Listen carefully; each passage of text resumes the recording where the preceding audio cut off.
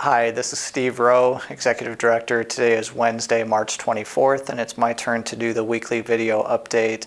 I will also have the opportunity to do it next week as our Administrator, Kim Burton-Jackson, is away on vacation. She left yesterday afternoon and will be gone through all of next week. I am just getting back from a week of vacation. It was nice to be away for a little while. My wife and I were down in Scottsdale, Arizona, and our daughter and her boyfriend came down and joined us for a few days as well. So it was just nice to get away, good to be back. And as I came back, we really have kind of hopefully turned the corner in terms of activity for prospective residents. My calendar is very, very full with prospective resident appointments this week, and Kim Herring, our marketing director, reported that there was a day last week that she sent out 10 packets of information about Oakdale to inquiries. So that is really good and feels like we're headed in the right direction in terms of getting back to more normal level of activities related to having people consider Oakdale as their future home. So that's all good. I want to talk a little bit about visitation. Kim put out the letter last week, and I'm sure she talked about it in her weekly video update last week as well. But for visitation, we're getting closer to back to normal. It is no longer a requirement when somebody is coming to visit a loved one in the health center or assisted living that it's a scheduled appointment. So people are free to come and go during the course of the day without needing to make a scheduled appointment.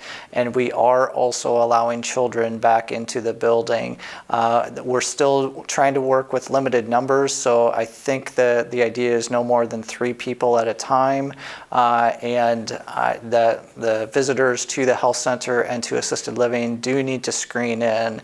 So even if you're visiting from your independent living apartment down to somebody in the health center, one of your friends, please do screen in and wear a mask while you're in the health center.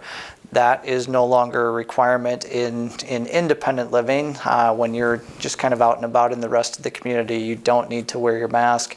But in the health center and assisted living, we still are wearing masks. So please respect that and please screen in.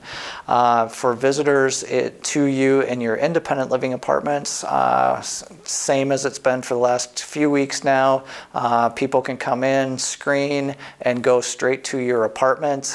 We are still not at the point where we're comfortable allowing visitors into the common area spaces. And primarily that's out of respect for your neighbors, the people who may not feel as comfortable as you do having people from outside the community in their homes. So it's like you're free to have visitors in your own apartment, but we're still not at the point where we're allowing visitors to dine with us or to be down in the exercise room or the swimming pool or places like that. That will come. I'm hopeful that as vaccinations are more readily available for more people in the community, that we can increase the overall vaccination rates within Johnson County and the state and the nation. And as more people are vaccinated, we will certainly consider opening up visitation even more to normal levels with people in the dining rooms, people just kind of mingling in a lounge or things like that. We will get there. We won't get there immediately, and it for sure won't be until sometime after Easter. So if you're thinking about that, maybe we're going to open up prior to Easter, I can assure you that that won't happen. Especially now with Kim being away, we won't make any changes until she is back and we can kind of reassess and figure out where we are at that point. So enough about visitation and the rules. I did update our COVID case counts for Johnson County. It's like on Monday when I got back in the office, the case count level is down to an average new daily cases of 12 over the most recent 2-week period. And you have to go all the way back to, I think it was like June 15th or June 20th to get to where the levels were that low in our county.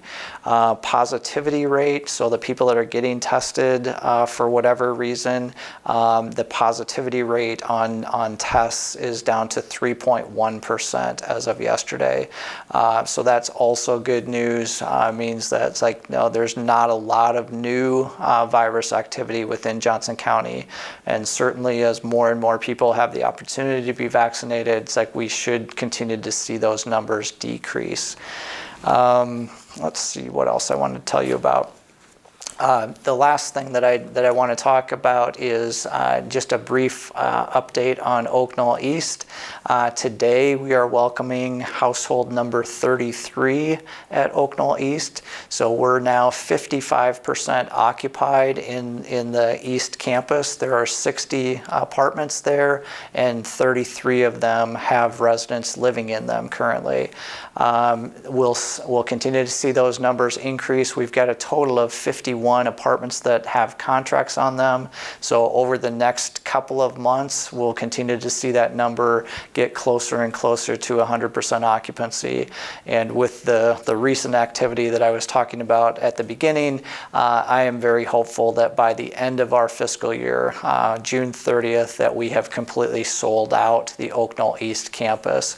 That's my goal. That's what we're working towards, and things are certainly headed in that direction. Quick update today. That's about all I know off the top of my head, and hope that you're all doing well, and we will see you next week. Thanks.